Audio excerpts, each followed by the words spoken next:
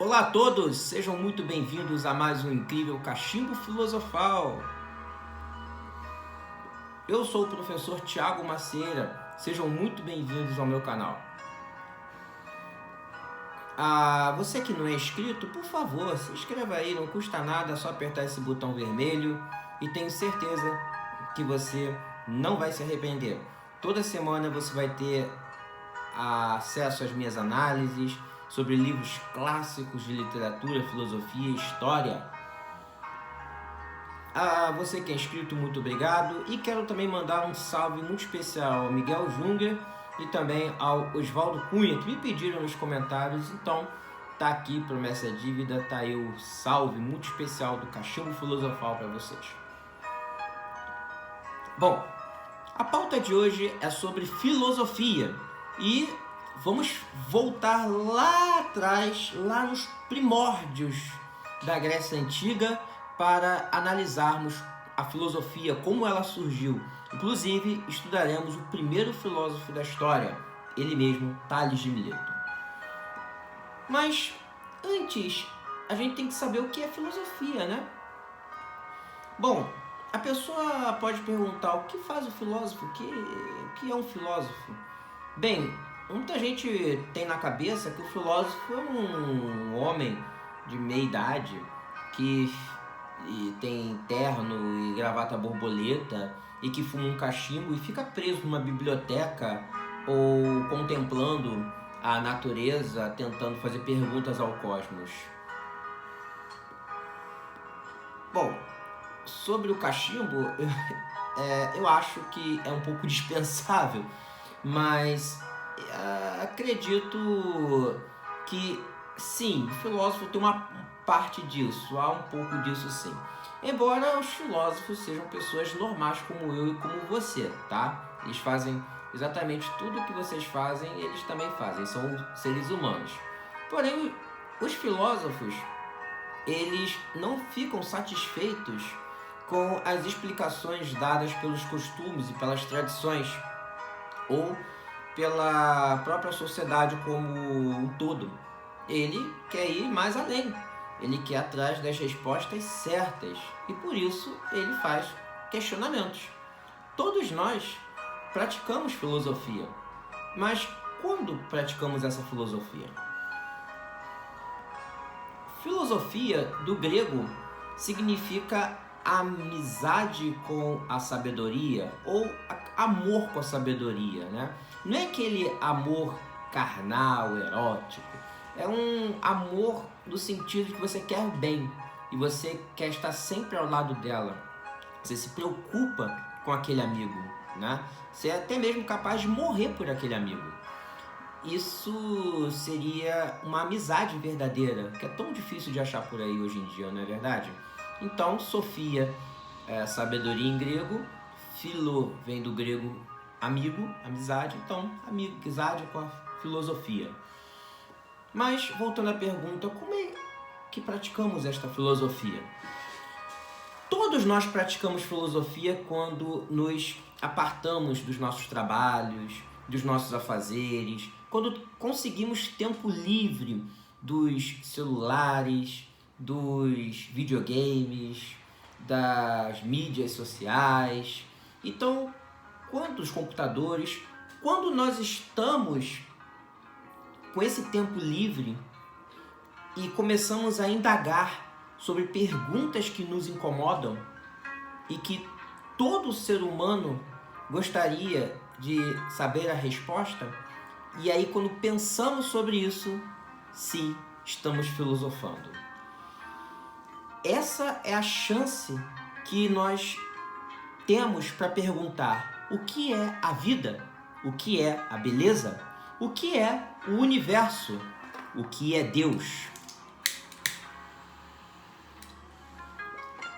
Muitas das coisas realmente podemos ter certeza por meio da ciência. Podemos muito bem saber do que é composto a água ou quantos elétrons tem a prata por meio de experimentos químicos, experimentos científicos. Mas perguntas mais complexas, como as que eu fiz anteriormente, não podem ser acessadas pela ciência. A ciência é apenas um ramo da filosofia e que os filósofos modernos chegaram inclusive a separá-la. Alguns dos nossos principais questionamentos só podemos chegar por meio de perguntas que transcendam a realidade.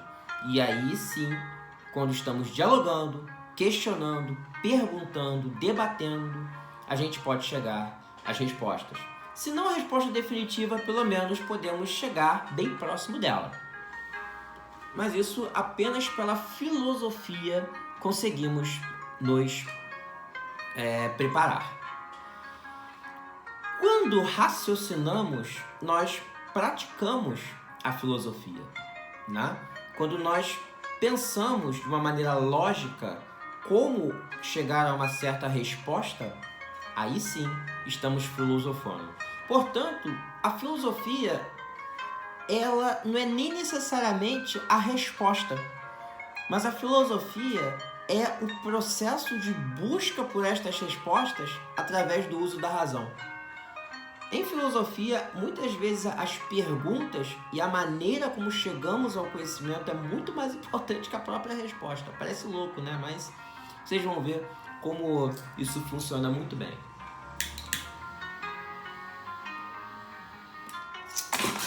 Nossa, deixei cair aqui.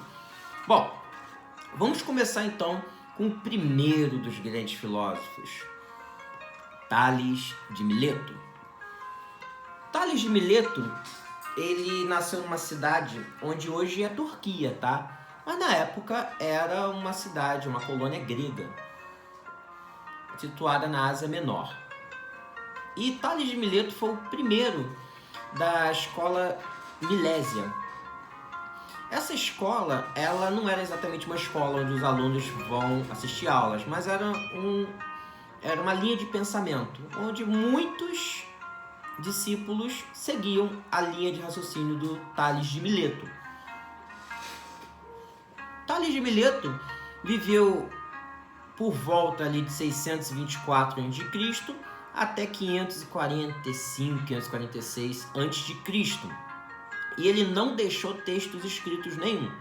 Tudo que sabemos dele são de outros autores, como por exemplo Aristóteles, que escreveu a Metafísica, ele fala sobre Tales de Mileto, e também Diógenes Laércio, ou Diógenes Laertius, que escreveu Vidas e Doutrinas dos Filósofos Ilustres. E eles apontam algumas linhas de pensamento desse Tales de Mileto. Então, não sabemos exatamente quem foi Tales e muitas das coisas dele se perderam e a gente tem que confiar nesses autores. Outros, como Heródoto, Simplício, também escreveram sobre ele. E a gente tem que confiar nessas terceiras pessoas, né, que falaram ali sobre Tales de Mileto. Bom, antigamente as civilizações da China, da Índia, até mesmo da Grécia, do Egito, da Mesopotâmia, se valiam da religião e dos costumes para explicar os fenômenos da natureza e os fenômenos do mundo ao redor. Porém, Tales ficou muito incomodado com isso, porque ele queria respostas que pudessem ser encontradas na própria natureza. Ele era um gênio, era considerado um dos 7 sábios da Grécia. Era matemático, a ele é acreditado um importante teorema, o Teorema de Tales. Ele era astrônomo, inclusive atribui-se a ele o fato de ter conseguido prever o eclipse de 585 a.C., tá? Inclusive, essa data é considerada o ano inicial da origem, o ano de origem da filosofia, para alguns autores. Possivelmente visitou o Egito e levou a geometria dos egípcios para a Grécia. Então, olha só a importância desse homem para as ciências exatas. Segundo Tales de Mileto, ele era um homem que queria, sobretudo, achar a origem de todas as coisas. Ele queria encontrar qual era a explicação para a própria natureza, a explicação para os fenômenos, de onde surgiram as coisas, do que elas eram formadas, do que elas eram mantidas. Isso em filosofia a gente chama de physis, tá? Do grego natureza. Então Tales queria responder a seguinte pergunta: qual é a matéria-prima básica do cosmos? Segundo esse organograma que eu fiz, claro, com a ajuda aí de alguns livros, a pergunta dele, qual é a matéria-prima básica do cosmos, segue a linha de raciocínio.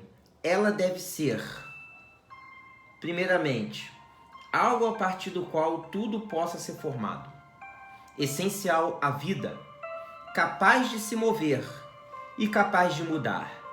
Que elemento da natureza teria essas 4 características? Após muito pensar, ele concluiu que era água. Então, tudo é composto de água. Isso levou então à sua conclusão. A matéria primordial que dava origem a tudo e que mantinha as coisas era a água. Ele chegou a essa conclusão após ver a umidade das frutas, dos vegetais. Então ele chegou a essa conclusão, que tudo dependia da água e tudo se originava da água. Ele foi ainda além e ele chegou a concluir que sempre que ele chegava no litoral, ele encontrava água. Então, como ele viu que todo final da terra onde ele visitava tinha água, ele achava que a terra flutuava na água. Claro que isso nos leva a uma outra pergunta. Poxa, como eu queria debater com Tales, né? O que, então, sustentava a água? Se a água sustenta a terra, o que sustenta a água?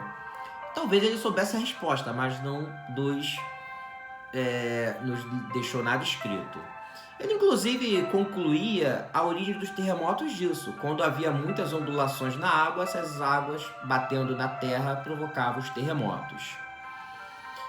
Ele também dizia que... você pode perguntar, nossa, quer dizer que ele era um homem extremamente materialista e que não acreditava nos deuses? Isso não é verdade, ele acreditava nos deuses. Inclusive, a ele atribuíram uma frase: tudo está cheio de deuses. Quando ele via, por exemplo, um imã atraindo as coisas, ele falava que ali era um deus que estava atraindo as coisas. Mas a questão é que ele não era exatamente um ateu. Ele acreditava nos deuses, mas achava que os fenômenos naturais poderiam sim ser explicados de maneira lógica, de maneira racional. Agora, a real importância dele não está no fato dessas descobertas, até porque a gente sabe que a Terra não flutua na água, né? A gente sabe que não existem deuses no imã, mas a questão é que ele foi o primeiro pensador conhecido que buscou respostas naturalistas e racionais. Em vez de atribuir aos objetos, os acontecimentos, aos caprichos dos deuses, não. Ele atribuiu isso tudo a uma ordem lógica que fazia o mundo funcionar. E aí, segundo o Dario Antissério, que é esse livro aqui que eu vou mostrar para vocês,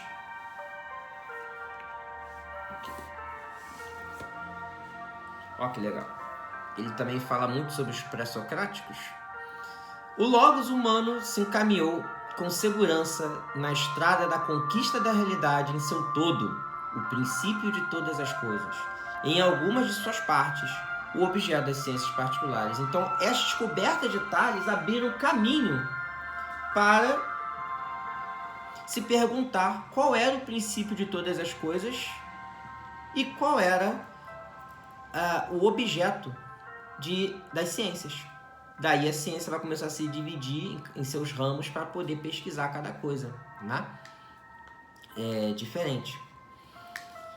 E, segundo Diógenes Laertes, é atribuído a Tales algumas frases muito interessantes para fechar o vídeo. De todos os seres, o mais antigo é Deus, que não foi engendrado. O maior é o espaço, que tudo contém. O mais rápido é o espírito, que erra por toda parte. O mais forte é a necessidade, que triunfa de tudo. O mais sábio é o tempo, que tudo descobre. Meus caros, espero que tenham gostado do vídeo. Se vocês querem saber mais sobre o Tales, já que ele não deixou livros, recomendo também, além da filosofia de Dario Antiseri e Giovanni Reale, recomendo também,